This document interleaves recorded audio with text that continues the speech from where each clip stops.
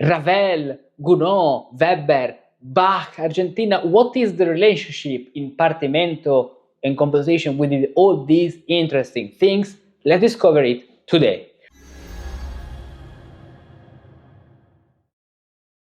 Welcome to this new video. I'm Ricardus, I'm Musicus Practicus, and one of you, Charlie, on Patreon, posted a very interesting question that the answer is very interesting too. So let's read this question, because there are a lot of relationships between early music and modern music. The question is, hi Ricardus, I have an interesting inquiry concerning Partimento.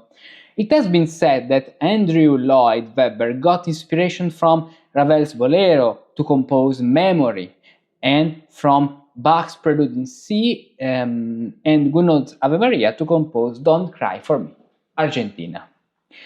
Do you think there is a hidden pattern within these songs that could connect them to the Partimento tradition? Yes and no. So, first of all, if you ask if there is a connection between someone who took inspiration from Bach, of course there is a direct connection, because Bach and Partimenti are in the same environment. The most important thing, the most interesting thing, is the melody of the other two pieces. Memory, I didn't know these pieces actually, I'm not into modern music. This one by Andrew Lloyd Webber, by Cats, something about Cats the musical, and then Ravero by Bolero by Ravel. Let's play this melody, because the answer is so ancient. Let's play it.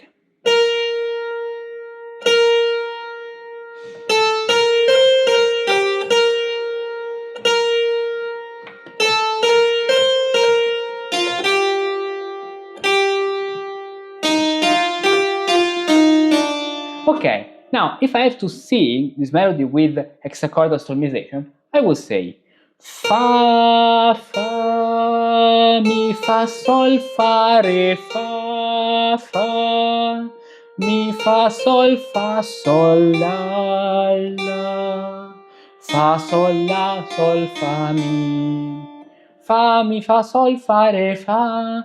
And if we check the melody of Bolero by Ravel, we have Fa, Mi, Fa, Sol, Fa, Mi, Re, Fa. Now, let's transpose it a tone down. Fa, Mi, Fa, Sol, Fa, Mi, Re, Fa.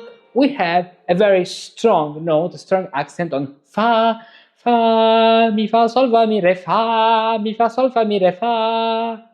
So, if you are a trained ancient musician and you hear Fa, Mi, Fa, Sol, Fa, Mi, Re, Fa, the first thing that comes to your mind is the third psalmodic tone, the third psalm tone, the third tonus for singing psalms. This is a little excerpt from the beautiful Cantus Firmus course I'm recording in these days, and this is the third psalm tone.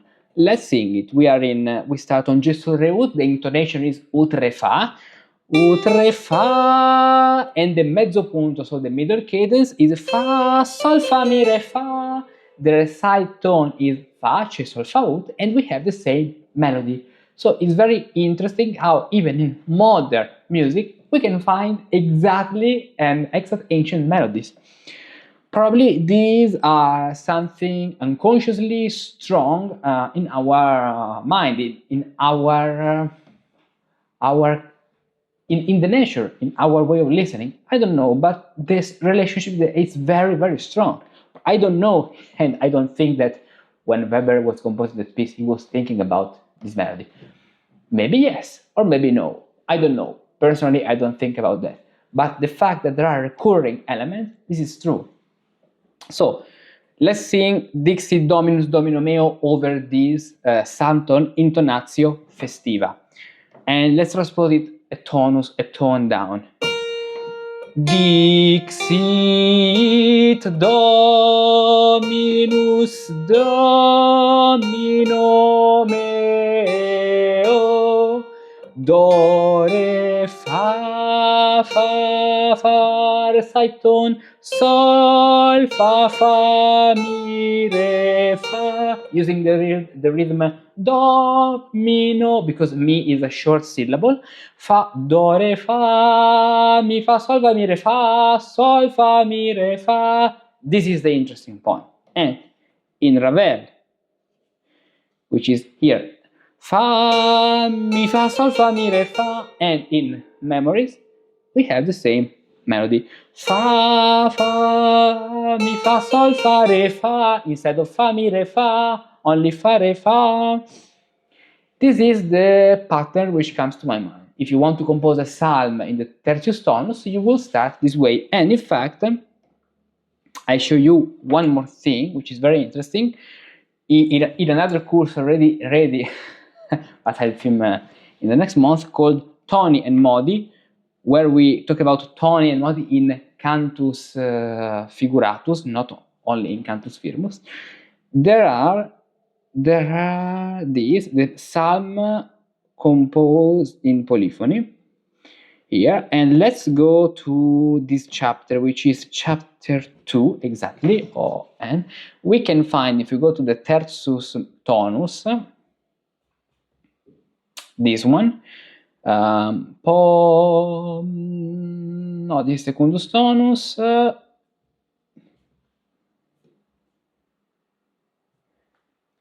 there we go,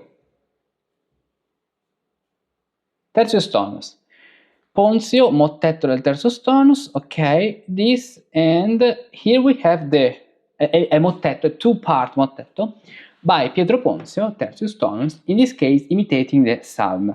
Let's read and sing. I know that here on this preview the quality of the score is not the best, but in any case I'll play it. We are here, so do, re, fa, do, re, fa, fa, mi, re. Listen to the imitation. Do, re, fa, mi, re, fa, mi.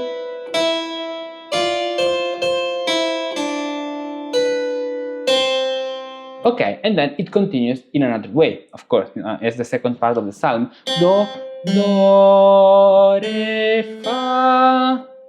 This. And if we check Palestrina's Magnificat terzi toni, Magnificat anima mea Dominum, the beginning of the following verses here,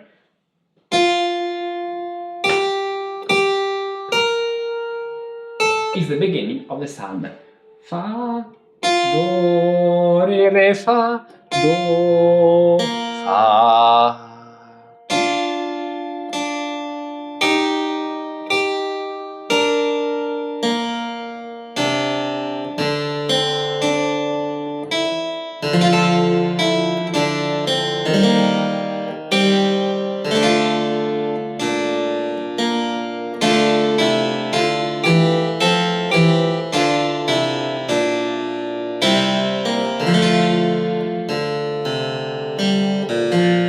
And then going on.